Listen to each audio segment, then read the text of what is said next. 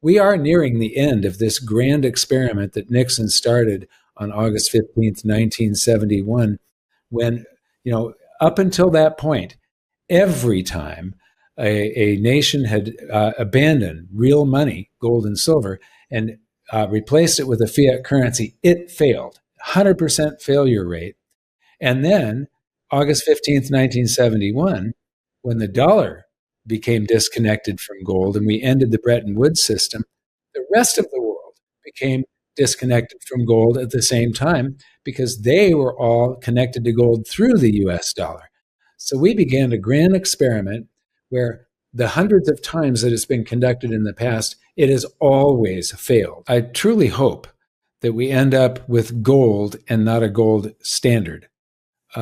Gold is the freedom. You wake up, check your account, and realize that the same amount of money buys you less every year. That's not an accident. It's the design.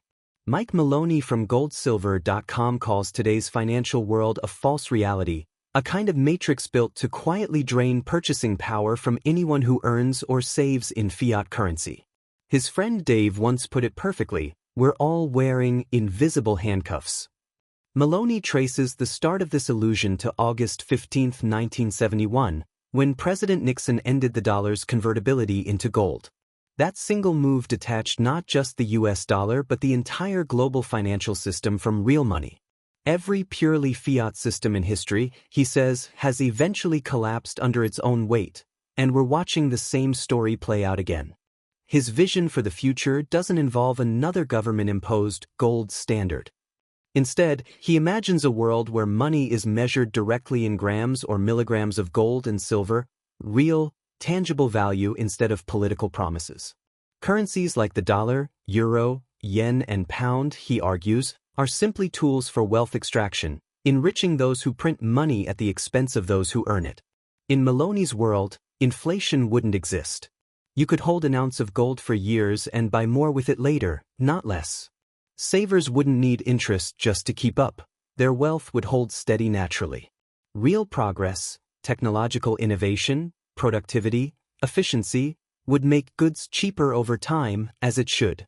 The current system has inverted that logic, forcing people to run faster each year just to stay in place. That's the essence of those invisible handcuffs. If you found value in this breakdown, please hit the like button, subscribe, and share it with other investors who are paying attention.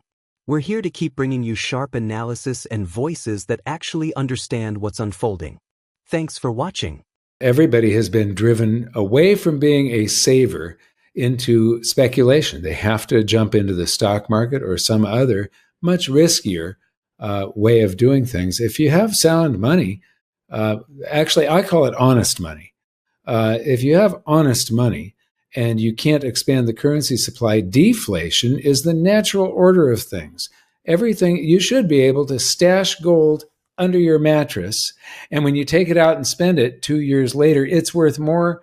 It buys more stuff tomorrow than it does today. So you don't need to put it in a bank and get an interest rate to try and stay ahead of inflation. There wouldn't be any inflation because mankind gets more efficient and we're always inventing new stuff. And so the natural order of things is for everything to become cheaper and cheaper and cheaper.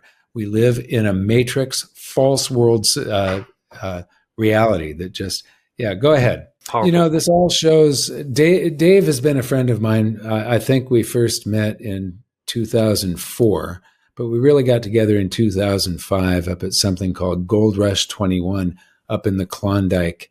He's just absolutely nailed this on the head. When he says invisible handcuffs, that shows you how evil our monetary system is, that it is the invisible handcuff. I really hope we're going back that direction, but something just tells me that gold will have a connection with whatever monetary system we end up.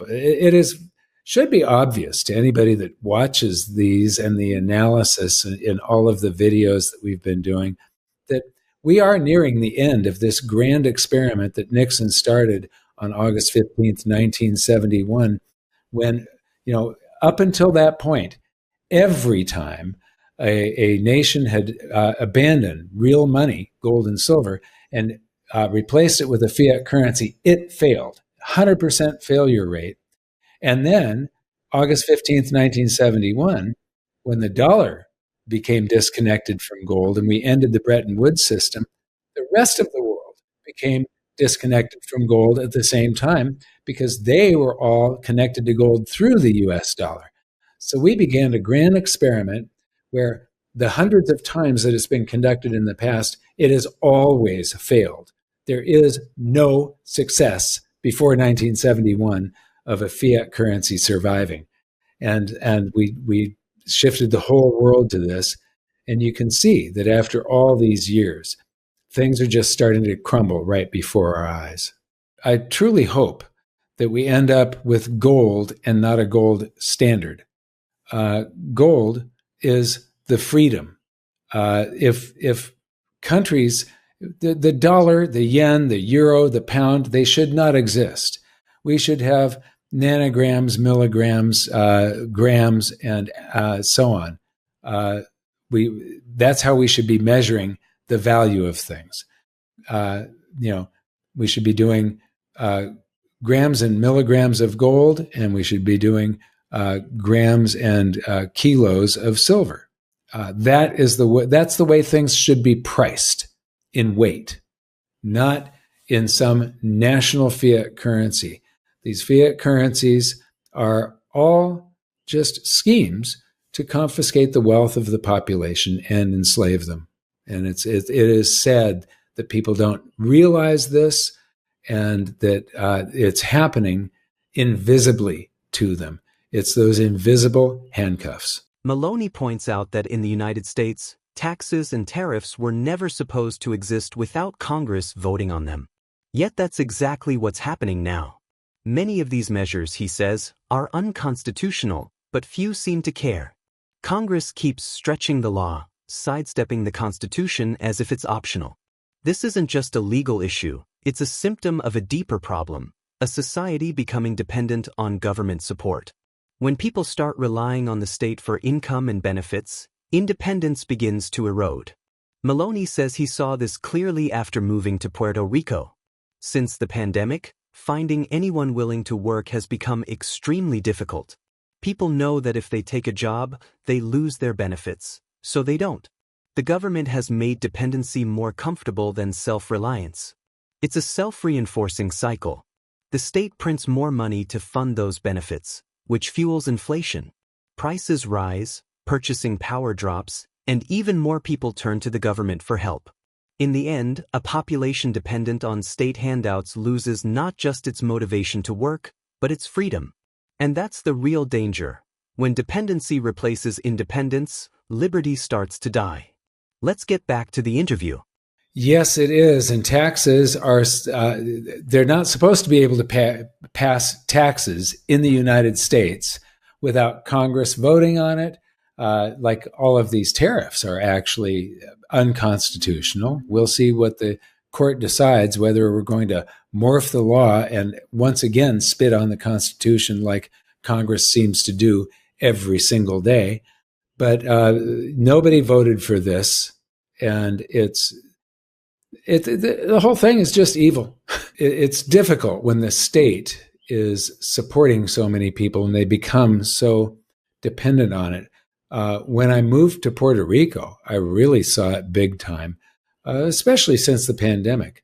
It's really hard to hire somebody here. Very difficult because you're competing against the government. They know that if you hire them, they're going to lose their benefits. So nobody wants a job. They don't want to work because it's so much easier to just let the government pay them out of taxes. But when the government creates more currency to do all of this, it just creates it's a positive feedback loop that creates more and more people that lose their independence. David is absolutely right here. I want to say he mentions Weimar. We saw it in Weimar, Germany. Okay, after the hyperinflation that happened right after World War I, on the final week of that hyperinflation is where Adolf Hitler first made history, where he became where the public became aware of him. Nobody knew who he was before that, but he and his stormtroopers surrounded a beer hall that held about 3,000 people. There were about 3,000 people in the audience that night. And they barricaded the doors and they had machine guns pointed at him. Nobody could leave. So this was literally a captive audience. And he gave a speech that when he entered the hall, he was pretty much everybody's enemy. But when he left, his speech was so convincing that he was their hero. The dependency is the opposite of liberty. And this is a huge danger. Dave has just absolutely nailed this. Freedom dies when money lies. Why sound money is the foundation of a free society. There's an old truth we forget at our peril. When money loses its integrity, freedom soon follows. Throughout history, the erosion of honest currency has marched in lockstep with the erosion of civil liberties. The connection is not coincidental, it's causal. Because money is not just a medium of exchange, it is the lifeblood of voluntary action. When it's corrupted, everything downstream begins to decay. Personal agency, self-reliance, and ultimately, freedom itself.